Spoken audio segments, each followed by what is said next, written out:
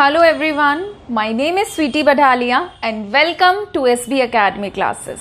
तो last video lecture में हम लोगों ने केमिकल प्रॉपर्टीज ऑफ अल्केन को स्टार्ट किया था, जिसमें मैंने आपको फ्लो चार्ट बना के बताया था कि ये तरीके हैं या ये हम पढ़ने वाले हैं जिस तरीके से अल्केन्स जो हैं केमिकली रिएक्ट करते हैं। ठीक है, तो सबसे पहले हम लोगों ने जो पहला तरीका था वो था सब्स्टिट्यूशन रिएक्शन का, उसे स्टार्ट किया था। सब्स्टिट्यूशन रिएक्शंस क्या होती हैं? सब्स्टिट्यूशन रिएक्शंस हमारी वो रिएक्शंस होती हैं जिसमें हम किसी एक या एक से ज्यादा एटम को रिप्लेस कर देते हैं किसी दूसरे एटम या फिर मॉलिक्यूल से। जब हम बात करते हैं सब्स्टिट्यूशन रिएक्शंस ऑफ अल्केन्स की, तो इसमें बेसिकली हम तीन इंपॉर्टेंट रिएक्शंस के बारे में पढ़ते हैं, जिसमें सबसे पहले आता है हमारा हैलोजिनेशन, जो हम लोगों ने ऑलरेडी डिस्कस कर लिया है। आज हम लोग पढ़ेंगे नाइट्रेशन, जो कि हमारा दूसरा तरीका रहेगा।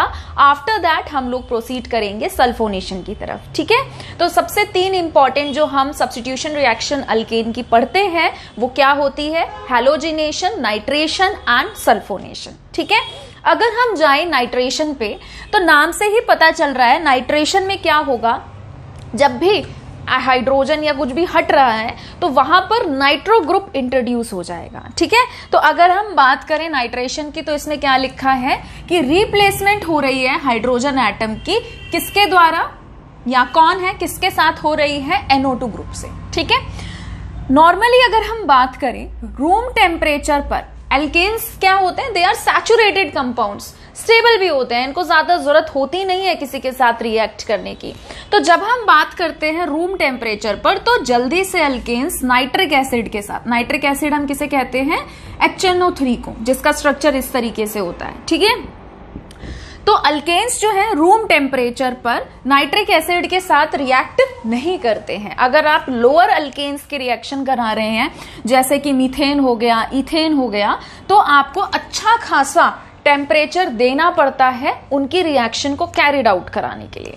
अगर हम बात करें हायर अल्केन्स की, हायर अल्केन्स मतलब हेक्सेन, जिसमें 6 कार्बन है और उससे ज्यादा कार्बन अगर आते हैं तो आप सिंपली बॉईल कर सकते हैं और रिएक्शन हो जाएगी। बट अगर आप लोअर अल्केन्स ले रहे हैं तो आपको अच्छे खासे अमाउंट में उनको हीटिंग प्रोवाइड करानी पड़ती है। ठीक है, तो इसमें इसका अगर हम बात करें तो आप इजीली देख सकते हैं, बहुत इजी सी रिएक्शन है। मीथेन है, मीथेन का अगर हम बात करें इस तरीके से, ठीक है, 4 हाइड्रोजन कार्बन के साथ जुड़े होते हैं, तो यहां से एक हाइड्रोजन जो है वो हट रहा है और नाइट्रो ग्रुप जो है वो इंट्रोड्यूस हो रहा है। तो मैं इसको कंबाइन फॉर्म में लिख देती हूं, तो ये हो गया आपका CH3NO2। ठीक है, अगर इथेन की बात करें तो इथेन में से भी एक हाइड्रोजन हट रहा है और NO2 ग्रुप इंट्रोड्यूस हो रहा है। ठीक है, हैलोजिनेशन में हैलोजन ग्रुप आता है, नाइट्रेशन में नाइट्रो ग्रुप आता है और सल्फोनेशन में सल्फोनिक ग्रुप आएगा। ठीक है, फिर अगर हम हेक्सेन की बात करें तो हेक्सेन और उससे ज्यादा हायर अल्केन्स जो होते हैं हमारे, उनको हम बॉईल करते हैं और वो नाइट्रेशन रिएक्शन हमारी शो कर देते हैं। अगर हम मैकेनिज्म की तरफ जाएं तो क्योंकि ये एल्केन्स की रिएक्शन है और मैंने आपको बताया था कि एल्केन्स या तो लाइट की प्रेजेंस में रिएक्शन देते हैं या फिर हीट की प्रेजेंस में रिएक्शन देते हैं, और ये कौन सा मैकेनिज्म फॉलो करते हैं? They always follow free radical mechanism. Free radical mechanism में होमोलिटिक फिशन होता है, बॉन्ड इस तरीके से तोड़ा जाता है कि एक इलेक्ट्रॉन एक एटम के पास जा रहा है, दूसरा इलेक्ट्रॉन दूसरे एटम के पास जा रहा है। ठीक है, जब सिंगल इलेक्ट्रॉन मूव करता है तो हम उसे हाफ हेडेड एरो से रिप्रेजेंट करते हैं। तो यहाँ पे नाइट्रिक एसिड है, यहाँ पर क्या है? ऑक्सीजन और नाइट्रोजन के बीच का बॉन्ड क्लीवेज हुआ है, एक इधर आया इलेक्ट्रॉन और एक इधर गया। तो इस तरीके से इन्होंने 2 फ्री रेडिकल बनाए। जब हम अल्केन की बात करते हैं तो अल्केन में भी होमोलिटिक फिशन होगा। ठीक है, ये क्या हो रहा है? This is homolytic fission. तो अल्केन में भी होमोलिटिक फिशन होगा और R रेडिकल बनेगा, और यहां पे जो H रेडिकल बनेगा वो H रेडिकल क्या करेगा? OH रेडिकल के साथ कंबाइन होकर क्या बना लेगा? वाटर। तो जितनी भी रिएक्शन हमने देखी इनमें सब में बाय प्रोडक्ट वाटर निकल रहा था। फिर उसके बाद जो आपका ये अल्काइल रेडिकल है, R रेडिकल है, ये R रेडिकल जो है NO2 रेडिकल के साथ कंबाइन होता है और आपका ये क्या बनाता है? Nitro alkane. ठीक है, वीडियो को पॉज करके इसे नोट करिए प्लीज।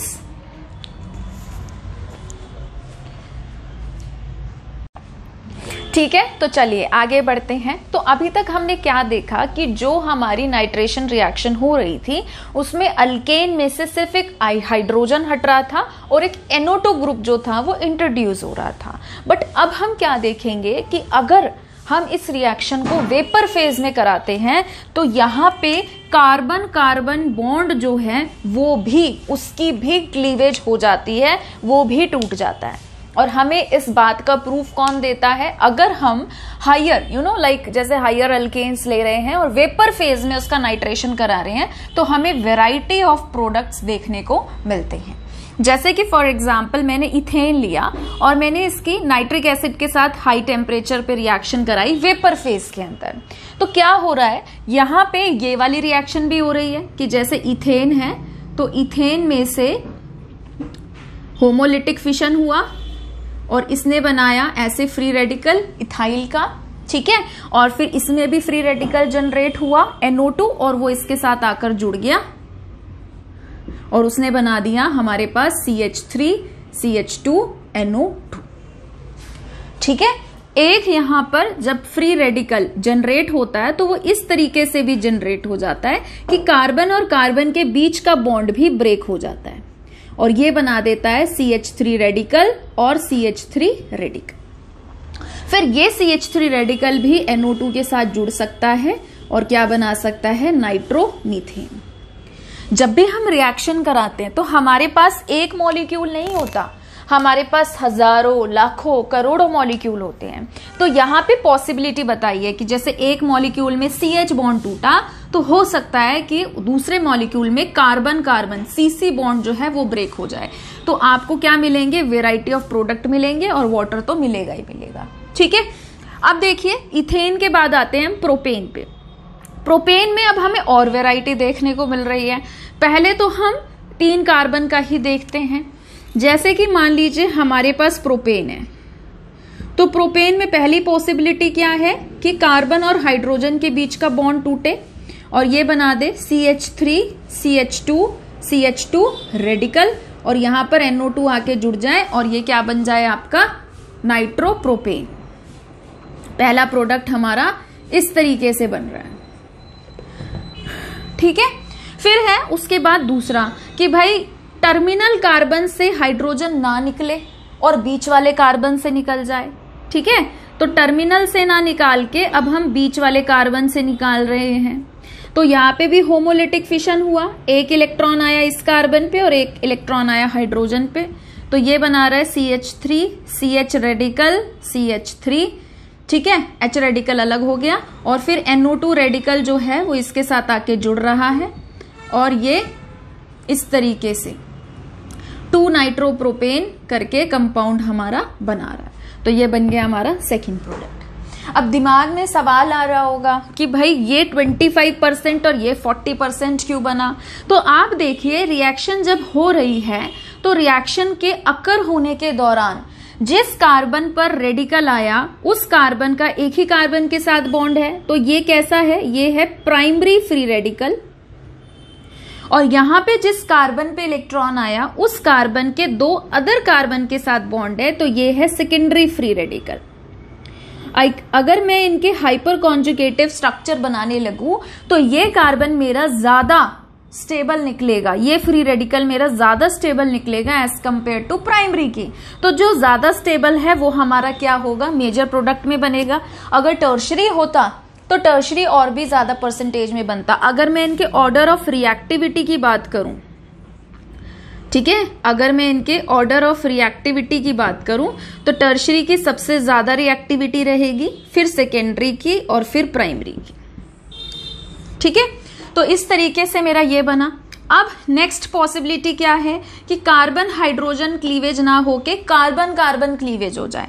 तो कार्बन कार्बन क्लीवेज में हम कैसे कर सकते हैं, ऐसे कर सकते हैं जैसे कि हमारे पास ये है प्रोपेन और हमने इस तरीके से रेडिकल्स में इनको तोड़ दिया, तो ये बन गया इथाइल फ्री रेडिकल और ये बन गया मिथाइल फ्री रेडिकल। ठीक है। तो यहाँ पे नाइट्रो आके जुड़ेगा तो आपका नाइट्रो इथेन बनेगा, यहाँ पे नाइट्रो आके जुड़ेगा तो आपका CH3NO2, ठीक है, नाइट्रो मीथेन बनेगा। अदर प्रोडक्ट आपके जैसे CO2 हो गया, वाटर हो गया, वो भी यहाँ से रिलीज होता है, तो वो मैंने कंबाइन करके लिख दिया कि अदर प्रोडक्ट। मेन आपके ये है, ठीक है। वीडियो को पॉज करके इसे नोट करिए प्लीज।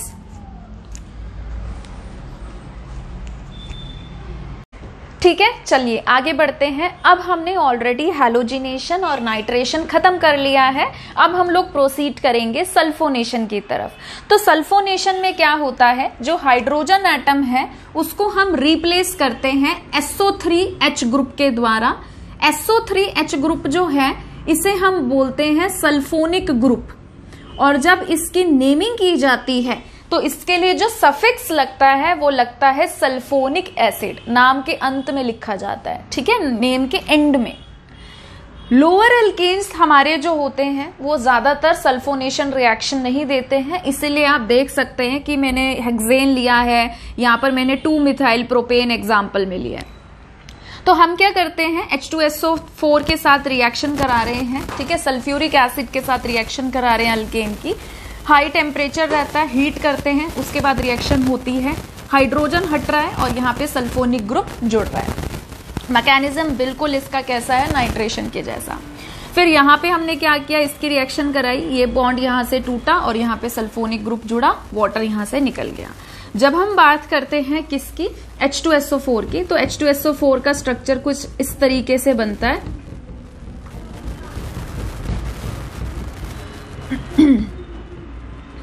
ठीक है, तो यहाँ पे क्या होता है, जो होमोलिटिक फिशन होता है वो ऑक्सीजन और सल्फर के बीच में होता है। तो इस तरीके से यहाँ पर बॉन्ड क्लीवेज हो रही है, और ये क्या जनरेट कर रहा है, ये जनरेट कर रहा है यहाँ से HO रेडिकल जमा में आपका SO3H रेडिकल। फिर अल्केन है, अल्केन में भी होमोलिटिक फिशन हो रहा है, ये जनरेट कर रहा है R रेडिकल और H रेडिकल।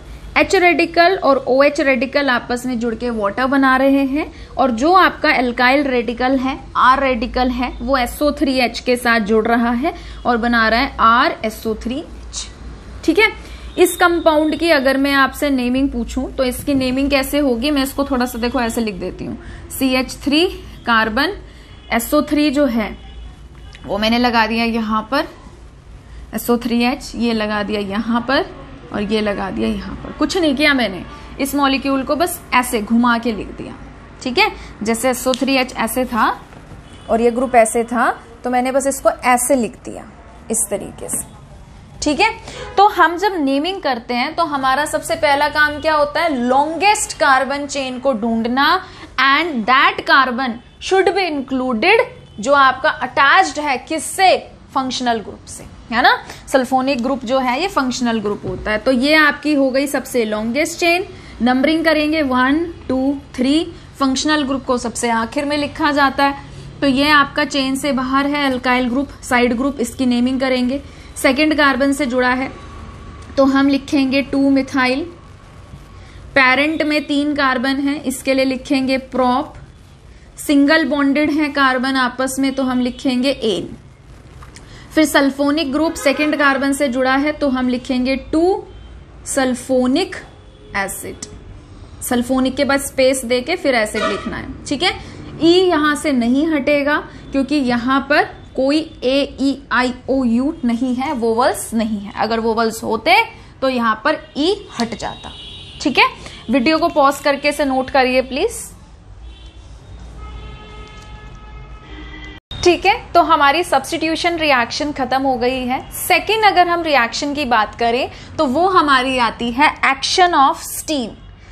सेकेंड हमारी कौन सी रिएक्शन है, एक्शन ऑफ स्टीम, कि अगर हम स्टीम का और मीथेन इन दोनों के मिक्सचर को पास कराते हैं निकल कैटलिस्ट से, यहाँ पे हम निकल के साथ साथ Al2O3 भी लेते हैं, ठीक है, जिसे हम एल्यूमिना भी कहते हैं, एल्यूमिनियम ऑक्साइड, ठीक है। टेम्परेचर बहुत हाई रहता है, 1273 केल्विन, 1273 केल्विन यहाँ पर टेम्परेचर रहता है।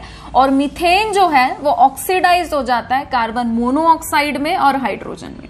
CH4 है, स्टीम के साथ रिएक्शन करा रहे हैं, कार्बन यहाँ पे भी एक है, वहां पे भी एक है, ऑक्सीजन यहाँ पे भी एक है, यहाँ पे भी एक है। 4 और 2 6 हाइड्रोजन हो गए, तो हमने क्या किया, जब H2 बना तो उसके आगे 3 लगा दिया ताकि हमारा बैलेंसिंग हो जाए। ठीक है, फिर उसके बाद हमारी थर्ड केमिकल रिएक्शन है ऑक्सीडेशन। ऑक्सीडेशन में हम 3 पार्ट पढ़ेंगे, जिसमें हम कंप्लीट कंबशन पढ़ते हैं, कंप्लीट ऑक्सीडेशन, ठीक है, जिससे हम कंबशन कहते हैं। फिर उसके बाद इसमें हम इनकम्प्लीट ऑक्सीडेशन पढ़ेंगे, उसके बाद हम इसमें कंट्रोल्ड ऑक्सीडेशन पढ़ेंगे। ठीक है, तो सबसे पहली जो शुरुआत हो रही है हमारी कंप्लीट ऑक्सीडेशन से हो रही है, जिससे हम कंबशन कहते हैं। बहुत सिंपल सी रिएक्शन है। अल्केन की तो छोड़ो, मैं तुम्हें अभी खड़े खड़े अल्कीन और अल्काइन की भी याद करा देती हूं। चाहे सिंगल बॉन्ड हो, चाहे डबल बॉन्ड हो, चाहे ट्रिपल बॉन्ड हो, अगर आप उसको कंबस्ट कर रहे हैं, अगर आप उसका कंबशन कर रहे हैं, ऑक्सीजन की प्रेजेंस में आप उसको बर्न कर रहे हैं कंप्लीटली, 2 ही प्रोडक्ट वो देते हैं, क्या, CO2 and water. Single bond का होगा तो भी CO2 वाटर मिलेगा, डबल बॉन्ड होगा तो भी CO2 वाटर मिलेगा, ट्रिपल बॉन्ड होगा तो भी CO2 एंड वाटर मिलेगा। ठीक है, अब इनके साथ जो ऑब्जर्व करने वाली बात होती है वो होती है कि चाहे आप कोई भी अल्केन का कंबशन कर रहे हैं, हर कंबशन में ह्यूज अमाउंट में एनर्जी रिलीज होती है। जो हमारी एक्सोथर्मिक रिएक्शंस होती हैं उनका डेल्टा H क्या होता है, नेगेटिव, और हर रिएक्शन का डेल्टा H आप देख रहे हैं नेगेटिव में आ रहा है। इट मींस जब इनका कंबशन होता है तो ये ह्यूज अमाउंट में एनर्जी रिलीज करते हैं, और इसी प्रॉपर्टी की वजह से, क्योंकि इनमें evolution of huge amount of heat हो रहा है, हम इनको यूज करते हैं एज अ फ्यूल के तौर पे इनका यूज किया जाता है। अगर आपने देखा हो घरों में हम यूज करते हैं एलपीजी की फुल फॉर्म क्या होती है, लिक्विफाइड पेट्रोलियम गैस। ये क्वेश्चन बहुत इंपॉर्टेंट है, अगर आप कॉम्पिटिटिव एग्जाम की तैयारी कर रहे हैं तो 1 मार्क्स में एमसीक्यू में आ सकता है, LPG gas is a mixture of, तो प्रोपेन और ब्यूटेन का मिक्सचर होता है। ठीक है, मान लीजिए आप क्योंकि 11th के हैं तो आपके टीचर पेपर बनाते हैं, है ना, तो हो सकता है सब्जेक्टिव पेपर में आपके 5 नंबर का या 10 नंबर के एमसीक्यू दे दे। तो एमसीक्यू क्वेश्चन अगर हो या 1 वर्ड भी हो, ठीक है, 1 वर्ड में आंसर करो, तो ऐसे क्वेश्चन आपको देखने को मिल सकते हैं। या आपसे ये पूछा जा सकता है कि एलपीजी जो है उसे हम एज अ फ्यूल क्यों यूज करते हैं, तो आप बता सकते हैं कि एलपीजी जो है that is a mixture of hydrocarbon, जो कि प्रोपेन और ब्यूटेन होता है, अल्केन। ठीक है, और जब हम इनका कंबशन करते हैं तो कंबशन के दौरान क्या होता है, CO2 और वाटर बनाने के साथ साथ ये ह्यूज अमाउंट में एनर्जी रिलीज करते हैं in the form of heat, तो उससे हम अपने यूजफुल वर्क करने के लिए यूज कर सकते हैं।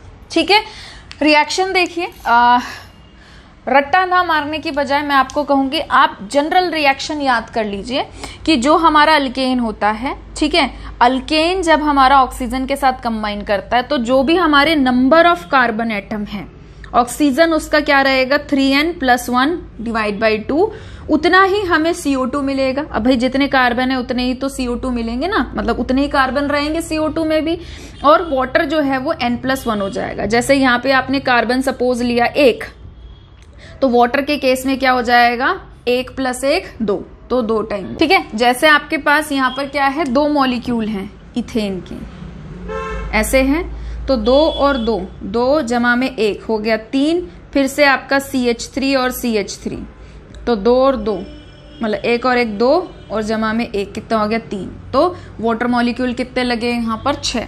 यहाँ पे कार्बन कितने हैं 4, तो 4 जमा में 1, वाटर मॉलिक्यूल कितने हो गए 5। ठीक है, तो सिंपल सी रिएक्शन है। आप खुद चाहें तो आप ऐसे भी लिख सकते हैं कि भाई ये हमारा लाइक अल्केन है, ऑक्सीजन है, सिंपल नॉर्मल रिएक्शन लिख लो कि भाई कार्बन है, मीथेन और O2 के साथ रिएक्ट करके CO2 और वाटर बना रहा है। फिर आप देख सकते हो कि अच्छा लेफ्ट हैंड साइड में कितने एटम्स है, राइट में कितने। आप नॉर्मल बैलेंसिंग भी कर सकते हो अगर आपको वैसे कन्वीनियंट लगता है तो। वैसे नहीं लगता है तो आप जनरल रिएक्शन को यूज करके भी आप रिक्वायर्ड या मेन रिएक्शन बना सकते हैं। ठीक है, वीडियो को पॉज करके इसको नोट करिए प्लीज। ठीक है, चलिए आगे बढ़ते हैं। अब देखिए नेक्स्ट है हमारे पास इनकम्प्लीट कंबशन। तो इनकम्प्लीट कंबशन, अगर हमें ऑक्सीजन की प्रेजेंस में अल्केन को बर्न तो करना है, हम उसका ऑक्सीडेशन तो कर रहे हैं, पर हम जितना उसको चाहिए कंप्लीटली बर्न होने के लिए अगर उतनी ऑक्सीजन ना दें लिमिटेड अमाउंट में हम लोग क्या करें, ऑक्सीजन को दें, आधी अधूरी तरीके से दे रहे हैं, तो कंप्लीटली अल्केन जो है वो बर्न नहीं हो पाता और इसी को क्या कहा जाता है, इनकम्प्लीट कंबशन, जिसके दौरान वो क्या प्रोडक्ट बनाता है, कार्बन मोनोऑक्साइड और कार्बन। लाइक जैसे कि मीथेन है, मीथेन में हमने 3 मॉलिक्यूल लिए और उसको बर्न करने के लिए हमने 3 मॉलिक्यूल O2 के दिए और मान लीजिए कंप्लीट कंबशन में उससे ज्यादा लग रहे हैं, ठीक है, तो ये क्या करेगा, कार्बन मोनोऑक्साइड बनाएगा और वाटर बनाएगा। अगर हम उतनी ऑक्सीजन दे देते कि इसका कंप्लीट कंबशन हो जाता, ठीक है, तो यहां पर प्रोडक्ट क्या बनते, कार्बन डाइऑक्साइड एंड वाटर। अगर हम मीथेन में लिमिटेड अमाउंट में ऑक्सीजन दे रहे हैं तो ये क्या करेगा, कार्बन ब्लैक भी बना सकता है वाटर के साथ। आपने देखा भी होगा जैसे कई लोग दिए से वो बनाते हैं, आंख की स्याही वगैरह बनाते हैं, ठीक है, तो जो हमारे पास कार्बन ब्लैक होता है इसे हम सूट भी कहते हैं। कार्बन ब्लैक को यूज किया जाता है in the manufacturing of black ink, काली स्याही बनाने के लिए यूज किया जाता है। ब्लैक पिगमेंट, पेंट, पॉलिश, जूतों की पॉलिश करने के लिए भी हम इसको बनाते हैं। फिर है कंट्रोल्ड ऑक्सीडेशन। कंट्रोल्ड ऑक्सीडेशन जो है इसके लिए आपको ज्यादा परेशान होने की जरूरत नहीं है, क्योंकि मुझे पर्सनली ऐसा लगता नहीं कि आपके एग्जाम में इतना आएगा, क्योंकि अगर आपका पेपर बहुत ही टफ बन रहा होता है तब यहां से सवाल आ सकता है। ये एक इंपॉर्टेंट टॉपिक है इसलिए मैंने इसको अलग से लिखा है, ठीक है। कंट्रोल्ड ऑक्सीडेशन में हम लोग क्या करते हैं, कैटलिस्ट की प्रेजेंस में ना ऑक्सीडेशन कराते हैं। कंबशन में, कंप्लीट ऑक्सीडेशन में हम दबा के अच्छे से अनलिमिटेड अमाउंट में ऑक्सीजन दे रहे होते हैं। इनकम्प्लीट में हम क्या करते हैं, लिमिटेड सप्लाई ऑक्सीजन की दे रहे होते हैं। और जो कंट्रोल्ड ऑक्सीडेशन होता है इसमें हम क्या करते हैं, कंट्रोल्ड मैनर में कैटलिस्ट की प्रेजेंस में प्रॉपर टेम्परेचर देके, प्रॉपर प्रेशर देके रिएक्शन को कराते हैं और हमको पता होता है कि यही हमारा डिजायर्ड प्रोडक्ट होगा, ना कुछ और प्रोडक्ट मिलेगा, ना किसी फर्दर ऑक्सीडेशन या रिडक्शन होने की संभावना है। तो देखिए जब हम मीथेन को ऑक्सीजन के साथ रिएक्ट कराते हैं, जो टेम्परेचर रहता है 523 केल्विन रहता है, प्रेशर 100 atm रहता है और इनको हम पास कराते हैं कॉपर के ट्यूब के अंदर, तो ये क्या करता है, ये बनाता है एल्कोहल। ये क्या है, दिस इज मीथेनॉल यानी कि alcohol, common name methyl alcohol, ठीक है। अगर हम मीथेन की रिएक्शन करा रहे हैं ऑक्सीजन के साथ मॉलिब्डेनम ऑक्साइड के प्रेजेंस में, तो ये हमें देता है फॉर्मल एल्डिहाइड। तो ये क्या हो गया, एल्डिहाइड। मैं इनके वो लिख रही हूँ क्लास के नाम, कौन कौन से फंक्शनल ग्रुप हैं। यहाँ एल्कोहल मिला, यहाँ एल्डिहाइड मिला। अगर हम अल्केन का रिएक्शन करा रहे हैं ऑक्सीजन के साथ सिल्वर ऑक्साइड की प्रेजेंस में, तो ये हमें देता है कार्बोक्सिलिक एसिड। अगर हम अल्केन की कंबशन करा रहे हैं मैग्नीज एसीटेट के साथ, ठीक है, डाइएसीटेट यहां पर लिया गया है, तो भी ये हमें क्या देता है, कार्बोक्सिलिक एसिड और वाटर। ये इंपॉर्टेंट रिएक्शन है। अगर हम अल्केन का ऑक्सीडेशन कर रहे हैं किसके साथ, एल्कलाइन KMnO4। KMnO4 पोटेशियम परमैग्नेट बहुत ही अच्छा ऑक्सीडाइजिंग एजेंट होता है, तो ये क्या करता है, ये देता है एल्कोहल, ठीक है। अगर मान लीजिए आपके पास कोई एल्काइल ग्रुप है बेंजीन के ऊपर लगा हुआ है, ठीक है, और हम इसके अंदर डाल रहे हैं एल्कलाइन KMnO4। एल्कलाइन का मतलब आप समझते ही हैं, है ना, water soluble base, basic medium में रिएक्शन हो रही है। तो जैसे KMnO4 मैंने ले लिया KOH के साथ, तो ये क्या करेगा, ये बनाएगा बेंजोइक एसिड COOH बेंजीन के ऊपर। KMnO4 के पास इतनी अच्छी क्षमता होती है कि यहाँ पे रिंग पे कितनी ही लंबी चेन क्यों ना हो, ये सबको हटा के आपको benzoic acid, carboxylic acid as a product दे सकता है। बस इसकी कंडीशन एक ये होती है कि जो कार्बन आपका रिंग से जुड़ा है उस पर एटलीस्ट एक हाइड्रोजन होना जरूरी है, मैंडेटरी है। अगर मैं इसी की जगह ले लूं CH2CH3, ठीक है, इथाइल बेंजीन ले लिया मैंने और KMnO4 और KOH डाल रही हूँ, यही बेंजोइक एसिड ही देगा मुझे, ठीक है। अगर मान लीजिए मेरे पास ये है आइसोप्रोपाइल, क्यूमीन इसको हम बोलते हैं, आइसोप्रोपाइल बेंजीन, अगर मैं ये ले रही हूं और इसके अंदर भी मैं KMnO4 डाल रही हूं KOH के साथ, तो भी मुझे ये यही प्रोडक्ट देगा। बट अगर मैं यहां पर इस तरीके से टर्ट ब्यूटाइल बेंजीन ले लूं और फिर उसके बाद में उसके अंदर, ठीक है, ये इसका ये बन रहा है। हाँ, इसके अंदर अगर मैं KMnO4 डालूं तो अब ये रिएक्शन नहीं देगा। क्यों नहीं देगा? क्योंकि जो कार्बन मेरा रिंग से अटैच है उस कार्बन पर अब एक भी हाइड्रोजन नहीं है, तो इस केस में रिएक्शन नहीं होती। अदरवाइज आप कुछ भी ले लो, बेंजीन रिंग के ऊपर अल्काइल चेन कितनी लंबी, कितनी ब्रांचिंग, कुछ भी ले लो, प्रोडक्ट ये यही देगा, बेंजोइक एसिड। ठीक है, वीडियो को पॉज करके इसको नोट करिए प्लीज। ठीक है, चलिए आगे बढ़ते हैं। नेक्स्ट देखिए क्या है हमारे पास, आइसोमराइजेशन रिएक्शन। तो जब हम अल्केन को लेते हैं और किसी कैटलिस्ट की प्रेजेंस में सिर्फ हीट करते हैं तो वो अपने अंदर रीअरेंजमेंट रिएक्शन शो करके अपने आप को अपने ही दूसरे आइसोमर में चेंज कर लेता है। आइसोमर्स क्या होते हैं? ऐसे कंपाउंड्स जिनका मॉलिक्यूलर फॉर्मूला सेम हो पर स्ट्रक्चर क्या हो, डिफरेंट। ठीक है, तो यहाँ पे जैसे कि मान लीजिए एन ब्यूटेन है, हमने कैटलिस्ट लिया अनहाइड्रस एल्यूमिनियम क्लोराइड, तो ये स्ट्रेट चेन से अपने आप को किसमें चेंज कर रहा है? ब्रांचिंग में। जैसे यहां पर हमारे पास क्या है? हेक्सेन। तो हेक्सेन को हम कैटलिस्ट की प्रेजेंस में हीट कर रहे हैं, तो यहां पे इसने बनाया 2 मिथाइल पेंटेन और एक दूसरा आइसोमर बना दिया 3 मिथाइल पेंटेन। ठीक है, तो बस स्ट्रक्चर चेंज हो रहे हैं। फिर है aromatisation reaction. Aromatisation reaction is a type of cyclisation reaction. इसमें हम क्या करते हैं, जैसे कि हमारे पास हेक्सेन है, ठीक है, 6 कार्बन है तो हेक्सेन है।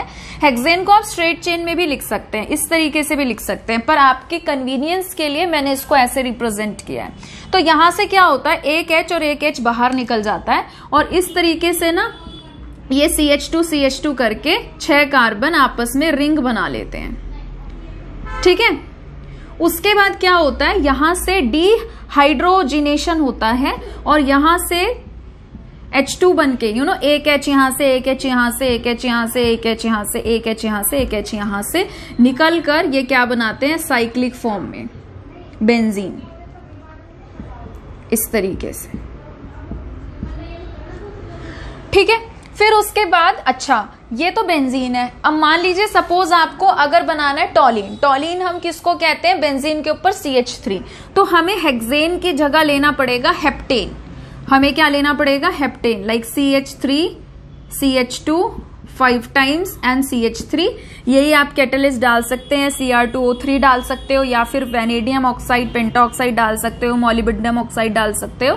तो ये क्या करेगा, यही सेम कैटलिस्ट डालेंगे हम और 6 कार्बन आपस में रिंग बना लेंगे और एक CH3 उस पर सब्स्टिट्यूशन की फॉर्म में प्रेजेंट रहेगा, तो दिस विल फॉर्म टॉलिन। ठीक है, उसके बाद लास्ट रिएक्शन है हमारी थर्मल डीकम्पोजिशन। थर्मल का मतलब होता है कि हम हीट कर रहे हैं, डीकम्पोजिशन का मतलब होता है टूट जाना। ठीक है, तो यहाँ पे देखिए क्या है, जैसे हमने सपोज C3H8 लिया, जब हम इसको थर्मली हीट करते हैं तो ये वैरायटी ऑफ प्रोडक्ट देता है। अगर हम यहाँ पर हेक्सेन ले रहे हैं तो ये डिफरेंट वैरायटी ऑफ प्रोडक्ट्स देता है, इसे हम पायरोलिसिस भी कहते हैं। ठीक है, इसमें तो खैर मैं आपको क्या ही समझाऊं, ये आपको याद ही करना पड़ेगा, कुछ है नहीं इसमें समझाने वाला। ठीक है, वीडियो को पॉज करके इसे नोट करिए प्लीज। ठीक है, तो आज के लिए इतना ही, और अगर आपको आज का वीडियो पसंद आया है तो प्लीज इसे लाइक करिए, शेयर करिए, चैनल को सब्सक्राइब करिए। जल्दी मिलेंगे एक नई वीडियो के साथ, अपना ध्यान रखिए। Thank you.